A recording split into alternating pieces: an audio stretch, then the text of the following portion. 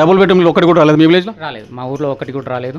ఇంకా దాని విషయంలో చెప్పాలంటే మా పటేల్ ఇప్పిస్తాడు అనేసి ఆశపడుతూ పెళ్ళిళ్ళు చేసుకోకుంటున్నటువంటి పిల్లలు ఇవాళ మా ఊర్లో చాలామంది ఉన్నారు. అంటే ఇండ్లు వస్తాయని చెప్పేసి గవర్నమెంట్ ఇండ్లు వస్తుంది మేము కట్టుకుంటామని చెప్పేసి కట్టుకోకుండా వస్తాయని మభ్యపెట్టిరు. గ్రామీణ స్థాయిలో లీడర్లు ఇండ్లు వస్తాయనేసి మభ్యపెట్టడం వల్ల పెళ్లి కాకుండా ఆగిపోయిన వాళ్ళు ఉన్నారు.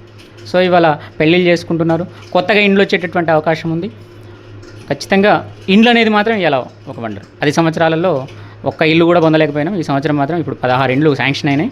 ఇంకొక 4-5 ఇండ్లు ఈ టర్మ్కి 4-5 ఇండ్లు శాంక్షన్ అవ్వడానికి అవకాశాలు ఉన్నాయి. కాంగ్రెస్ పార్టీ నాయకులు వాళ్ళ కార్యకర్తలకు ఇందిరమ్మ ఇండ్లు ఇస్తున్నారు. సో అర్హులకు ఎవరికి కూడా అందట్లేదు అని చెప్పేసి బీఆర్ఎస్ నాయకులు ప్రచారం చేస్తున్నారు. మీ ఊర్లో పరిస్థితి ఏంటి? ఇవాళ మా దుగ్గ్యాల్లో వచ్చి ఎంక్వైరీ చేసుకోవచ్చు. నిన్న మొన్నటి దాకా కాంగ్రెస్లో లేరు, ఇప్పటికి కూడా కాంగ్రెస్లో ఉన్నారో లేరో ఖచ్చితంగా చెప్పలేము. ఖచ్చితంగా పూర్తిగా 100% నిరుపేదలకు మాత్రమే ఇండ్లు వచ్చినాయి. మీరు ఇచ్చిన 16 ఇండ్లు కూడా